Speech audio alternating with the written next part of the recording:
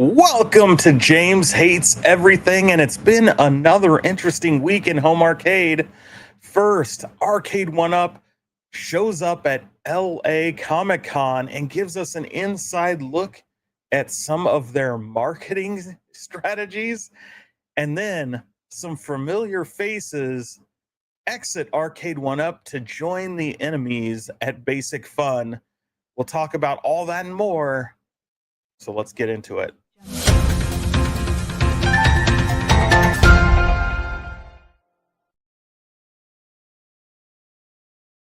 All right, guys, I want to thank everybody for being here. And before we get started, I wanted to bring your attention to a special fundraiser that we are doing in this community. Of course, big shout out to Michael B, the Game Genie, for getting this all set up. And we are trying to come together as a community to help one of our fellow community members. If you guys do not know Steve Sale, I really recommend you take the chance to get to know him. There is a QR code right up there at the top of the screen that will take you to this GoFundMe. And just a little bit of background, Steve, due to cancer, has some issues with his teeth, and he doesn't really have the ability to get them fixed, and it's really having a negative impact on his confidence, his desire to go out and about in the community. And this is a guy that I can tell you loves talking to people. He's super active behind the scenes, reaching out to content creators, always talking about all the things we have in common, whether that's pinball, arcade games, toys, you name it. He's a huge supporter of just about every channel you can think of. He donates things for giveaways. He's just quietly back behind the scenes, enjoying making other people smile. And so now it's our chance to give back to him. So tonight, all this week, and until we meet the goal, we are going to be asking you, if you can afford it, to reach into your pockets and help Steve out, to help pay for the dental surgery and everything he needs to bring back his smile. So I hope you will join us in making any donation. Any little bit helps, even prayers and thoughts, all that stuff is welcome and warranted. Steve's a great guy. We hang out with him in VR golf almost every night. And like I said, if you can afford it, we would love to have you join us in helping him. So big shout out to Steve. And again, everybody for being here tonight. Before we get started, I do want to take a quick moment to recognize everybody that dropped by today. We have Vic Vicious, Stupid Fat Hobbit, JJ, My Cock Hurts, John Fritz, Neo's Arcade News, Show Gecko, The Cornercade, Krypton's Last Son, End of the Line. Of course, the moderator extraordinaire, Jason Little Alien. We've got J-Rod. And again, guys, the link is up there. It's also in the chat here. You can grab it or you can scan the QR code. I do ask that if you make a donation, you do it through GoFundMe. Don't bother super chatting. No super chats tonight. Don't let YouTube take 30% out of that. I mean, we want anything you guys want to do and support to go to that GoFundMe. So please consider that. If you are joining us from Yo Retro, which I believe may still be going, Chaotic mentioned our goal tonight is to exceed that 3,000 number. Currently, we are sitting around 2,500, so we got a ways to go, but really appreciate that. And so I will keep going. Our Sir Sega's here, our Burger's here, B Kirby dropping by. Always nice to see you guys. P-Dub's here. Says, my teeth were all messed up years ago. Having a bridge installed and removal of my broken teeth saved my confidence. I hope Steve can experience the same confidence soon. Amen. Stock Jock is here. He says, we need more Steve Sales like people in this world. Yeah, Steve is a great dude, and Stock Jock is another great dude. So this week, I hadn't planned on talking about this Arcade 1-Up show, or I briefly went live the other day when we heard about Cyrus, the senior licensing VP for Arcade 1-Up, making his way to Basic Fun. But the other day, I did see an online poll from John D. Of course, everybody knows who John D is. He is now the principal owner of Media 1-Up, which is a consulting firm for various home arcade companies, like specifically Iconic Arcade. And his poll was interesting because you could tell it came out of this statement from Arcade 1-Up's PR rep about some of their strategies, and we'll talk about that in just a second. But the poll was interesting. And so I've adjusted that poll, running my own. It's very similar to his. His poll asked, which you saw in the thumbnail, what is the home arcade customer? Is it the Gen Z apartment renter, or is it the Gen X homeowner? And of course, those results were heavily slanted, like 8-1 towards Gen X, which I think would be the conventional wisdom around home arcade, right? Because that's who we are.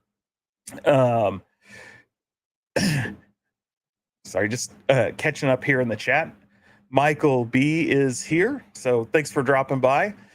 And so I started thinking about that quite a bit, right? Because there's this, we've seen what Arcade 1-Up has done. And so before we get into it, I do want to show a clip. So this interview was conducted by Kongs R Us.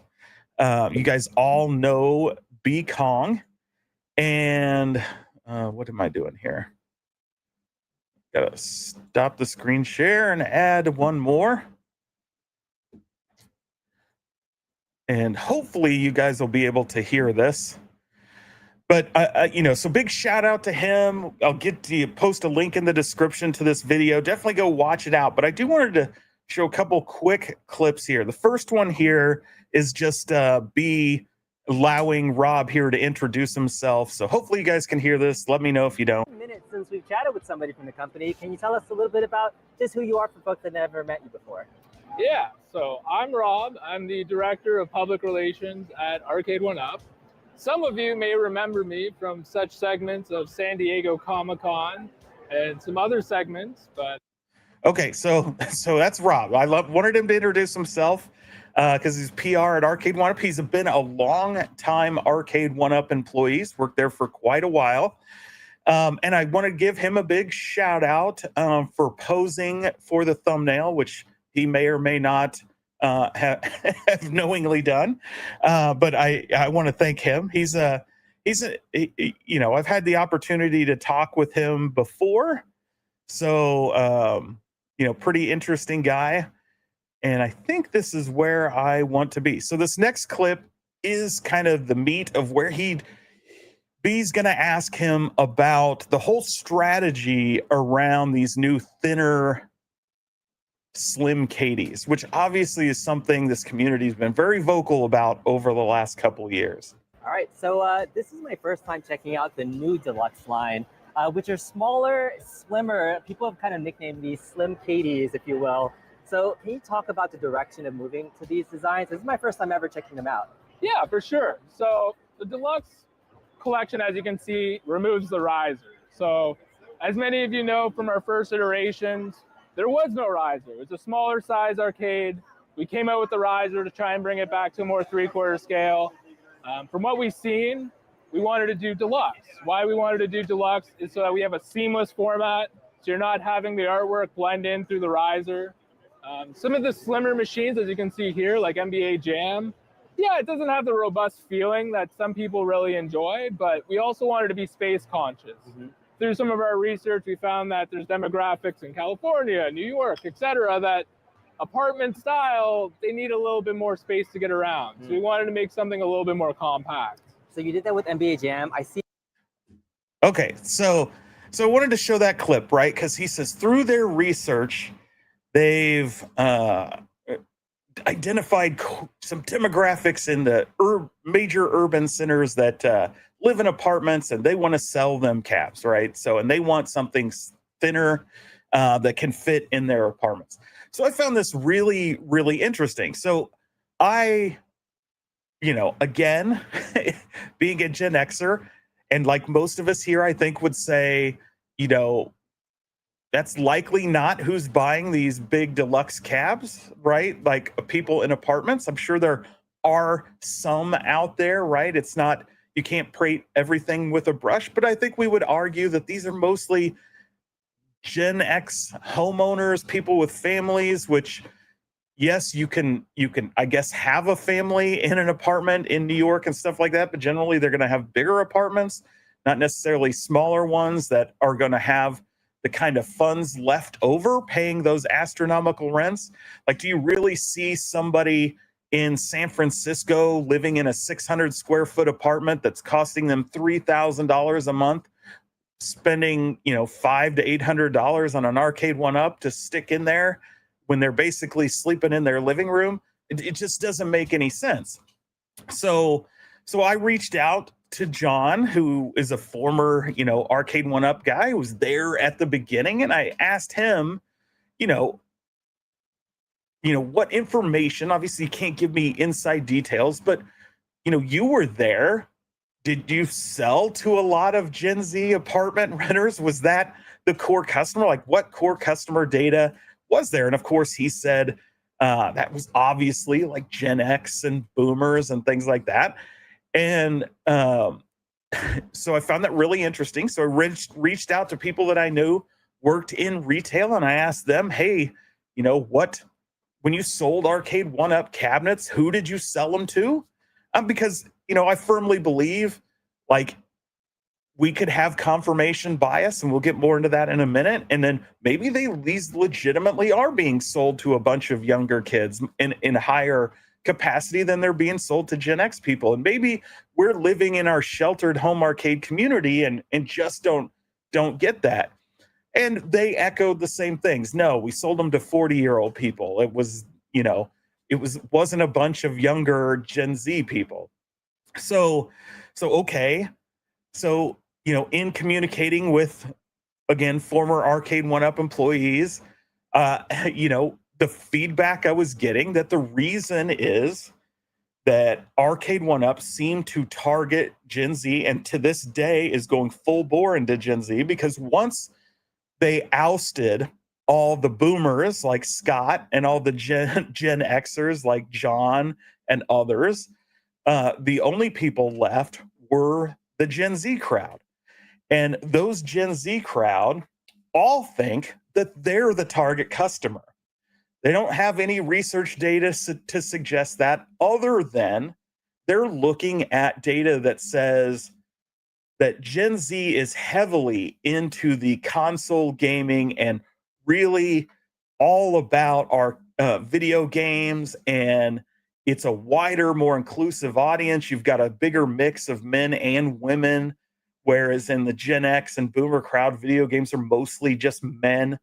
And so they have this thought process, well, that group really likes video games and video games goes well with them, we can sell them our home arcades.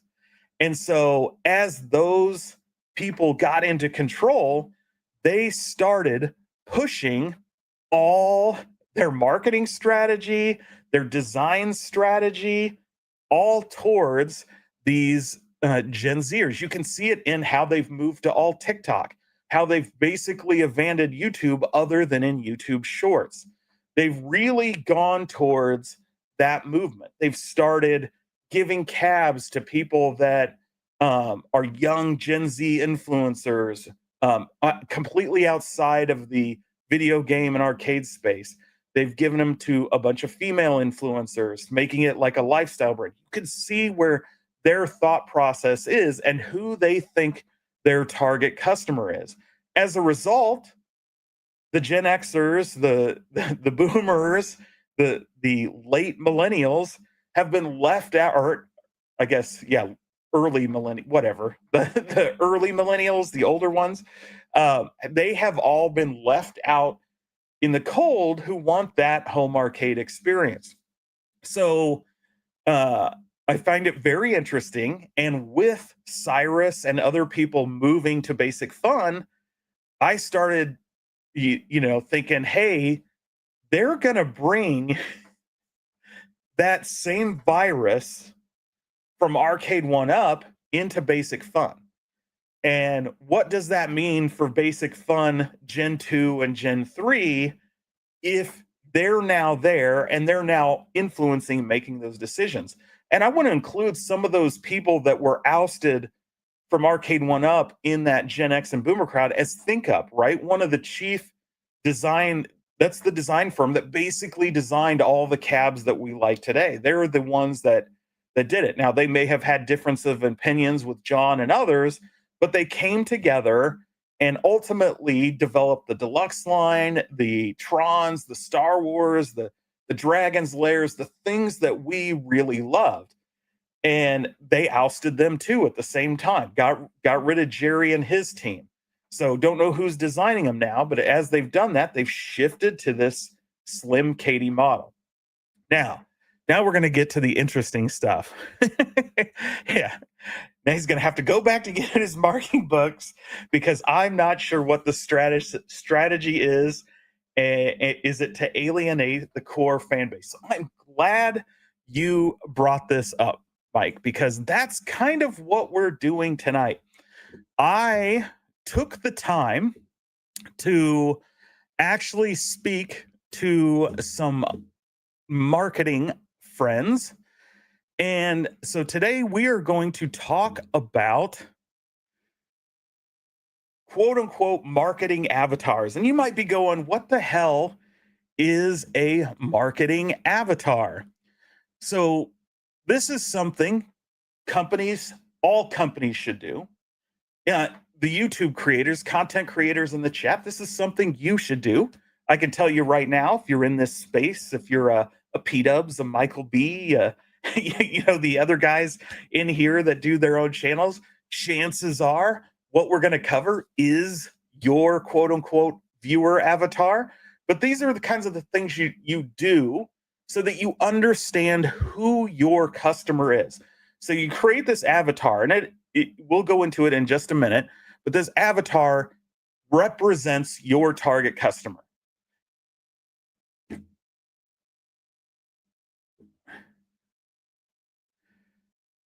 And so the reason you create avatars, right, is you know the deals about them. So it makes it so that everything you do is built purposefully around that person, right? That individual is your core. So you want to know things like, who is the person? Like, what are their demographics? Are they male, female? What are their age? What do they like? What are their hobbies? Where do they hang out? What are their preferences? What kinds of things do they buy? So we want to know these things. When you're building an avatar, you define these things. So what we're going to do now is we are going to actually do that. So we're going to start with what we know. And again, this was built for me with the help of a marketing expert. So this isn't my conjecture. This is somebody who understands the market, who understands these demographics, who actually has the research to back these things up. And I think it's very interesting because when they provided me this information, it is very much exactly what you would think it is. So you should not be surprised about any of this. And I think it should just hammer home how off the mark Arcade 1-Up is. So first, demographics. The ideal customer is somebody between 35 and 50. So, right, it mentions you're going to get some outliers in the 60s and in their late 20s, but for the most part, your core is 35 to 50. They're predominantly male. There's a small but growing group of female it says with interest in nostalgia and gaming. You've got income levels. They're generally middle to upper income levels, so anywhere from 60 to 120 plus thousand, right? So they have larger disposable incomes. They have their family statuses. They're mostly married with kids, and no shocker, they want to invest in these arcades in order to build home arcades to share those experiences with their kids. Or they're single adults, think divorced adults, etc., who, or maybe even some that have never been married, but they have large disposable income. They have man caves. They want these arcades in those man caves, etc. So, starting to sound familiar? My guess is this is you, right? You're looking at the mirror saying, "Hey, I fit all those things." Education level, typically college educated, going to be tech savvy. It's why you probably hear most people in this community have some sort of tech career. There are people outside of it, but they're very tech savvy. You're all here watching YouTube, for example. Generally, non-tech savvy people aren't sitting on YouTube. So what are their psychographics, right? They're nostalgia driven. They grew up in the 70s through the 90s arcade era. They remember quarters on cabinets, Pizza Hut countercades, or cocktail tables, playing Galaga. They went to arcades at the mall. They have a collector mentality. I mean, how many of us? I see Moat. I thought I saw Moat in the chat earlier. Collecting action figures, collecting video games, collecting arcades. Right? We all kind of fall into these collector mentalities. We like limited editions. Like, I believe Brooklyn has a ton of limited edition stuff, right? Then, of course, comfortable with tech. We talked about that. Very open to light modding, doing retro emulation, adding various accessories like changing marquees, buttons, etc. They're entertainment seekers. They want that wow factor in their game room or basement, family spaces, etc. So again, man caves. They're community oriented, active on Facebook arcade groups, Reddit threads, YouTube live streams. What are the shock? Like specifically YouTube live streams where we are all hanging out right now. And of course, they enjoy sharing builds, upgrades, and setups. So what are their goals and motivations? They recreate childhood magic. They want to relive the arcade feeling at home. They like family bonding. We mentioned that. Playing with the kids. Get the kids off the phone. Get the kids playing the classic video games, not Fortnite, not brain rot video games. They want the social value, enjoy being the host and having family and friends over and play in the game room. And of course, their personal identity, collecting, playing arcade games, validate their inner gamer and make them feel connected.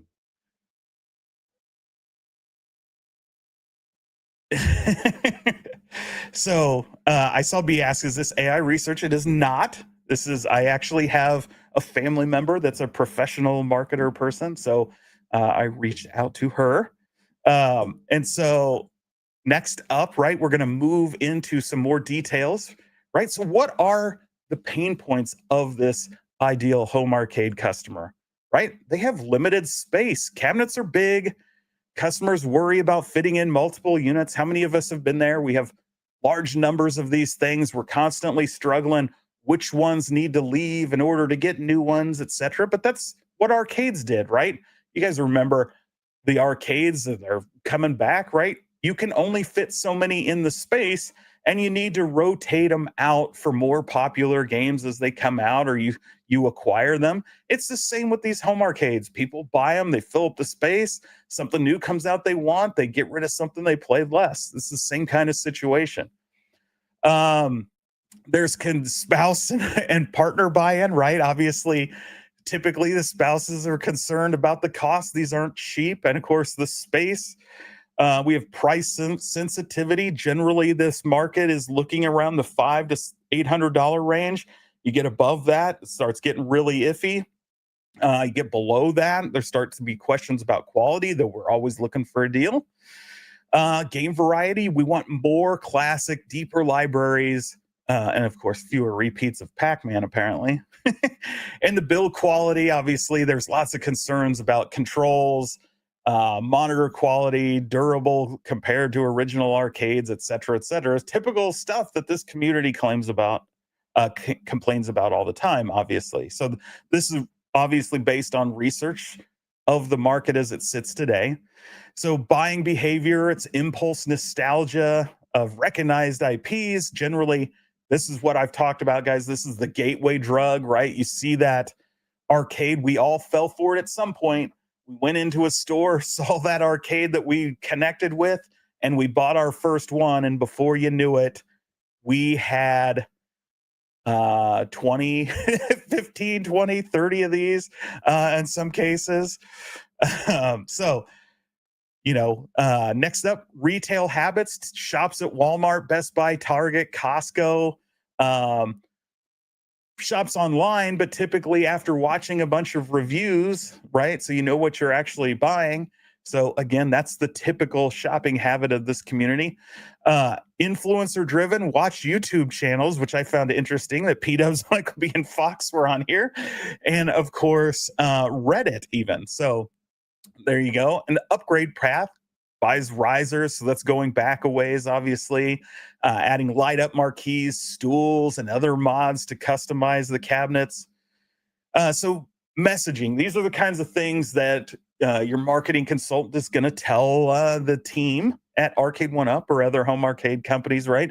They're going to say these kinds of messages should be used in your marketing because they're going to resonate with your target audience. Like bring the arcade home, relive the glory of gaming, the centerpiece of your man cave or game room, family fun across generations, and limited editions for true collectors.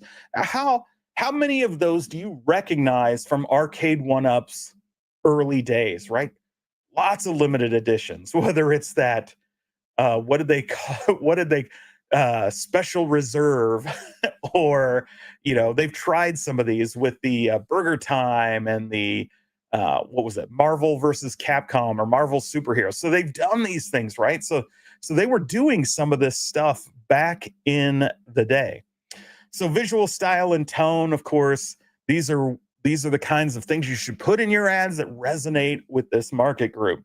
Bright, neon, retro 80s, 90, arcade vibes, clean lifestyle photography, family and friends. So gathered around cabinets. Tone should be enthusiastic, fun, nostalgic, but premier. Balance of for the kid in you and for the family, yada, yada, yada. You get the drift. So here is our avatar for what really is the key customer in this space. Not Gen Z, but the Gen X, late, I keep see the older millennials, the younger boomers and Gen X, all crammed in there. That's the target customer. That's the ones that are at a stage in life where they're ready to go. So let's talk about Gen Z, because it's not a completely lost cause. It is an opportunity for home arcade companies in Gen Z, but they have to understand what that target customer wants, because Arcade1Up wants to sell them what is more likely than what Gen X wants than what Gen Z wants. So we'll go through this one limited, because who cares about a bunch of Gen Zers? Haha, just kidding. So demographics, right? We've got ages 18 to 34, mixed, again, a more balanced split of genders. So, again, females in this age group are far more likely to be into gaming. But again, this group is all about console gaming. So income levels, these are early adults. So lower income levels, 25 to 75. You're thinking students, people who are just getting started in their careers, people like Cyrus, for example. They're students, young professionals, urban renters, apartment dwellers. They're often single or young couples with limited household space. Psychographics, they view gaming as a shared social event. So think Fortnite, Minecraft, various esports events, and rather than solo nostalgia. Like, right, we remember playing arcades by ourselves, or even a little in competition with fighting games, or sitting there playing the NES, not online with tons of people, not that kind of stuff. So though we did that later in life, that's not what drives the nostalgia. They're aesthetic driven. They care more about the style and the vibe. And when they take retro, they think retro is cool. It's not something they remember or they have a connection to. It's like, hey, that's cool, that's hip, that's fashion, that's in. They also love fishnets, fishnet shirts, and painting their nails. Indeed, indeed. So, of course, they're digital natives. These people never were around before social media, these kids. So they grew up on it. TikTok, YouTube, Twitch, those kinds of things, YouTube Shorts specifically. Novelty over nostalgia goes back. They didn't live through the 80s arcades or even 90s arcades. So they adopt retro as a trend, not out of memory. And trends come and go. So when you sell to somebody on trend, you have a short period of making money and then they're gone, right? So they come and go. Whereas people with nostalgia, they're going to keep buying basically until they, for lack of a better word, all die off. So, but to having said that, right, part of what we're doing as those ideal customers and building our home arcades and sharing those with our kids is we're building another generation of kids that will have nostalgia 20, 30 years from now from that arcade that their father had in their basement. And they're going to want to keep those arcades alive 20, 30 years from now. So it's a cyclical process that unfortunately for the timing and the fact that this market didn't exist, that there weren't companies like Arcade 1-Up, the Gen Zers, the some of those Gen Z early millennials, that they missed all that. So for them, this is just a trend. It's just another fad. So of course they like party gaming, right? They're always looking for that kind of social aspect. Gen Zers are much more about social and events and experiences. So when they talk and think about arcades, they're looking for that social connection, which is, think Infinity Game Board a little bit, right? Think of the marketing you've seen on Arcade 1-Up's TikTok videos. They're all about like these cabinets at raves and at various parties and at big conventions. It's not so much, in your home arcade. They're more concerned with content creation. They're looking for shareable moments for TikTok and Instagram. They view cabinets as both furniture and decor, right? Not so much the gaming sides of things. They look for pop culture tie-ins. So think collab cabs, right? So they're looking for anime, 90s, 2000 franchises and gaming IPs that overlap with their formative years. So X-Men 97, right? Some of those things. Those are the things that appealed to Cyrus. He's in this group. It's like they're describing Cyrus here. Okay, so we have what are Gen Z's pain points? Well, they're price sensitive. So it's hard for them to justify something that costs $500 or over. Yet Arcade 1-Up is trying to sell Gen Z $500 arcades, which they are sensitive to. They have small living spaces, right? They need compact, portable, dorm apartment friendly options, which is why they went with Slim Katie, but they didn't lower the price. They didn't give them a price point that was attractive. One would argue it's not even slim enough to make a difference. There's a nostalgia gap. Pac-Man and Galaga don't mean anything to them. They're looking for those 90s, 2000 IPs like Hydro Thunder or, even Time Crisis, the much later stuff. They have limited income, so they're always looking for sales and bundles and various financing. Again, buyer behavior, they're looking for price ranges under $300. They want things that are portable, more impulse buy type stuff. Their influences, so they're strongly influenced by TikTok trends, videos, Twitch, YouTube Shorts. Again, you're seeing why Arcade 1-Up is balls deep in this kind of marketing, because this is who they're going after, and they're going after them with products that aren't targeted for this group. So their purchase style is impulse driven, often based on social media trends, influencer endorsements. They're likely to showcase purchases online for social validation, right? Bragging on their TikToks. So some of the messaging: level up your hangouts, retro cool, party starts here, affordable fun for everyone. Again, like neon, bold, playful, TikTok ready aesthetics, fun, social, trendy, less about reliving the childhood and more about enhancing your vibe. You've got imagery, smartphones, friend groups, neon lights, party scenes, short form video clips. Like, you seeing a trend here? I mean, we're describing everything that Arcade 1-Up is doing today. And this is what should be a secondary or tertiary market for them. And let's look at that, right? Let's look at some recent examples of Arcade 1-Up's marketing, right? You're not going to find a bunch of Gen Xers in here. You've got a lot of the social stuff. You've got a lot of the trendy, memey TikTok stuff.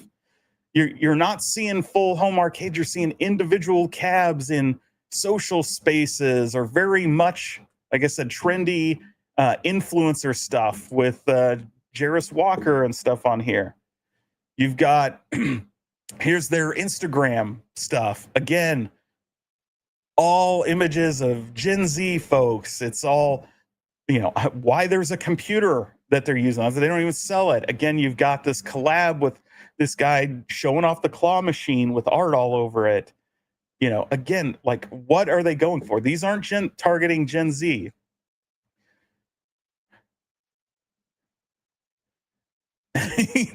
Please go to the bathroom. Yes. So why is this a problem, right? So Mike B touched on this. Mike B hit this nail on the head before we started today's lesson. And that is, when you target Gen Z, when the core customer is Gen X, you run the risk of alienating that core group of customers, which is the absolute foundation. They're the ones buying the high ticket items, the ones with the most profit margin, and you're going for Gen Z who wants tinier, cheaper, smaller things. They're not going to be around for a long time because they're just chasing trends. You run the risk of oversaturating the market with a bunch of low-cost, cheaper, smaller things, right? Like the countercades and the partycades and things like that, which, I know lots of people like those, but they're typically something that is going to be more targeted towards this younger demographic. And you flood that out there, you cheapen your brand, right? Because why would I buy a more expensive $800 cab when, I can buy a $200 or $250 or $300 Slim Katie at Walmart? And of course, if you're going to do both, you got to balance the rare authenticity with the modern coolness. So here we are, there's an example of that, right? The Slim Katie Pac-Man Neon Edition, right? They're trying to pay tribute to the retro nostalgia, but making it hip, making it cool with that design. So let's wrap up today's lesson, right? So we've got the core nostalgia customer, Gen X, millennials, again, high margin products. This is all AI, by the way. Long-term collectors and repeat buyers. And as you're looking maybe to grow in the future, Gen Z could be an outlet for some of those things, but you got to do it thoughtfully, not go all in like Arcade 1-Up. So if you're going to target them, you do need to figure out low-cost alternatives. You got to worry about the social gaming. And yeah, they can be an opportunity for new growth streams.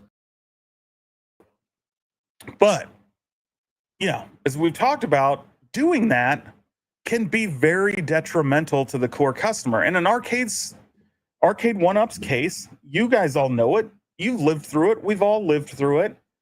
Arcade 1-Up has abandoned the core customer. They have released nothing new in 2.5+ years that goes after the core home arcade demographic. They've done some re-releases of things that went away, but in newer, slimmer versions. They did give us the claw machine, but I think that really, while I like it and a lot of other people like it, it was controversial in this community. And for me, it was for kids. Like, that's why I liked it. Little kids really enjoy it.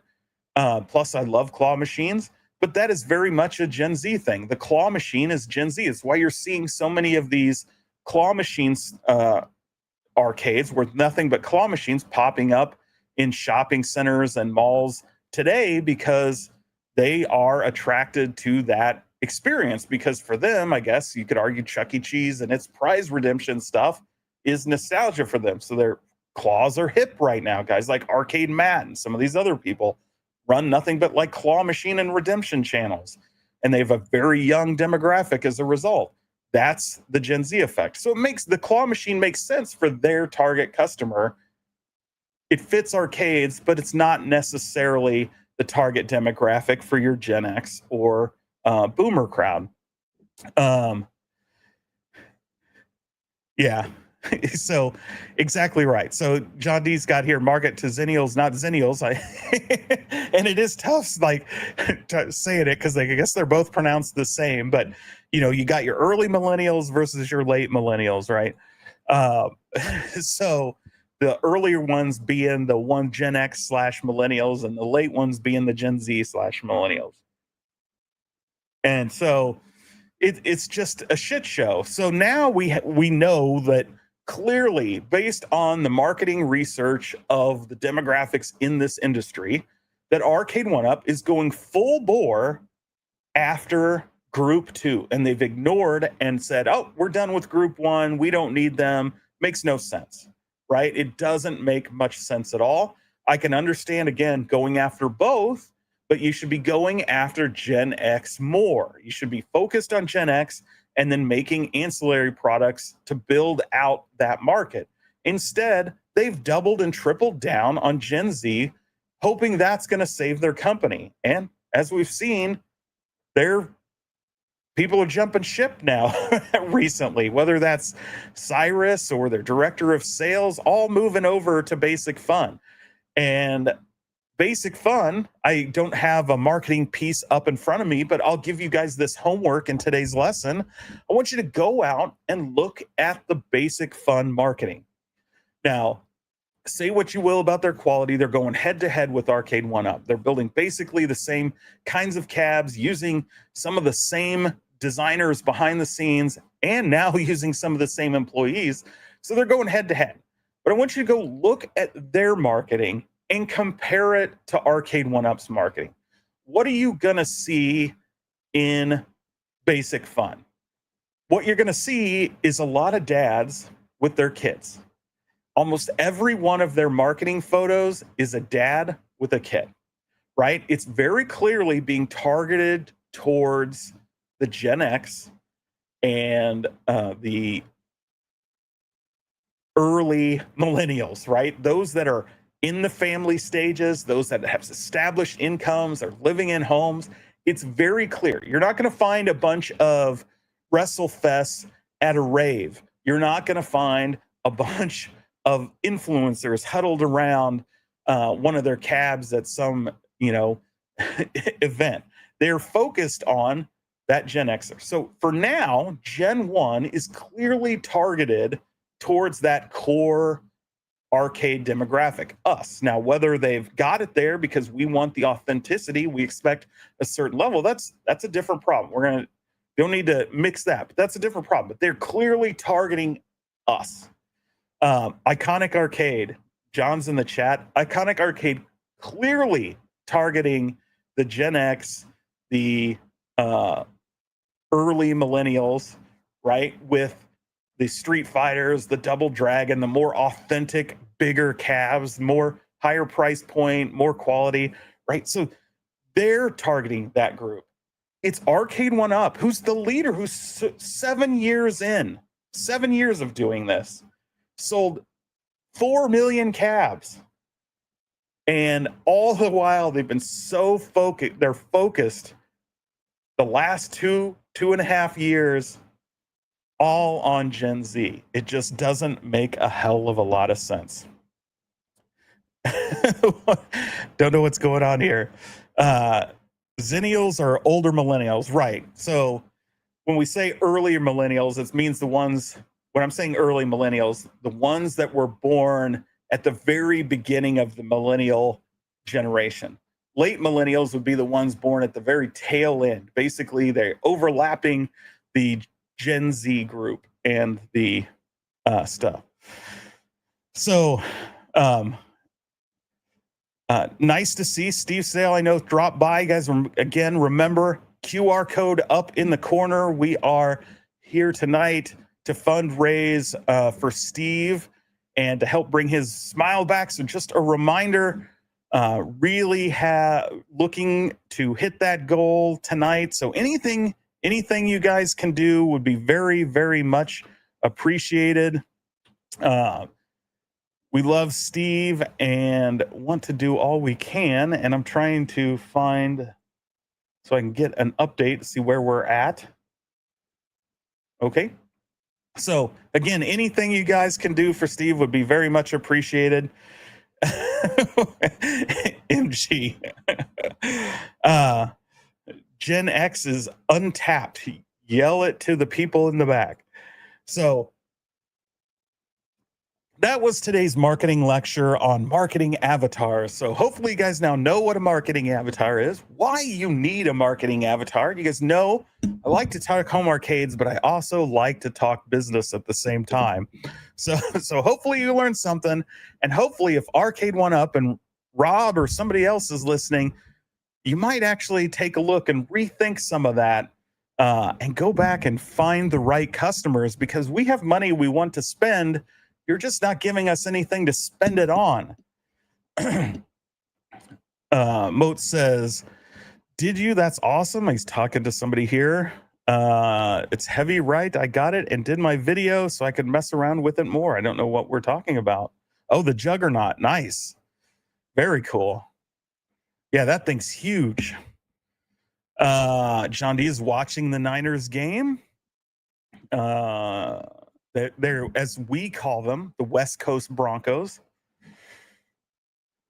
And Chaotic's going for some dino nuggies. All right, so I'm going to wrap things up. That's all I got for tonight. Again, a reminder, guys, please support Steve. If you can give anything, we really, really appreciate it. He's such a great guy. We really want to do this for him, so we're really pushing hard. I do have some fun new things. I got the retro shooters in, the new-ish. I know they've been out for a while. Reapers. So working on my next project, which is quote unquote ultimate multicade, I guess. So video on that at some point. So look for that. It's my next project that I'm doing. So the retro shooters were the last little piece of that to bring it all together. So it's got, of course, everything you need for playing all the standard games, the fighting games, the driving games, and now we've got the shooting games all in one package. So that should be fun. Yeah, Shotgun, I am totally, I picked up the Thanos and what is it, Psylocke on the other side of that one. And I saw the local toy store by me right now has the Wolverine and Silver Samurai. I haven't decided if I'm going to get that one or not, but I'm definitely picking up Punisher and my brain just went dead. Obviously, the guy with the eye patch. Why can't I think of the Shield, Agent of Shield? Jesus. Anyway, you guys know who it is. My brain just died. So yeah, there's a lot of really cool ones there. And unfortunately, I haven't opened my Thanos yet to know how well articulated it is. I hope it's half as good as those Jada toys, because those are so super articulated. Would be really cool to be able to mix all those Street Fighter Ultra figures with those, Marvel versus Capcom figures. Mix it up a bit. All the kids going with toys this Christmas because James is a big kid buying them all up. These are way too expensive for kids to play with. They have their lower cost action figures that they can play with. Like, MG, these 2-packs are like over $60 now. They're getting super expensive. But yeah, so appreciate everybody for being here. I'm going to wrap up. I know Michael B is getting ready to, if he hasn't started already, play his Baby Shark table. And yeah, that's whatever. Go play. I hear it's fun. I hear it's even more fun when you turn the kid mode on and get yourself at the top of the leaderboard. So very interesting. Nick Fury, thank you.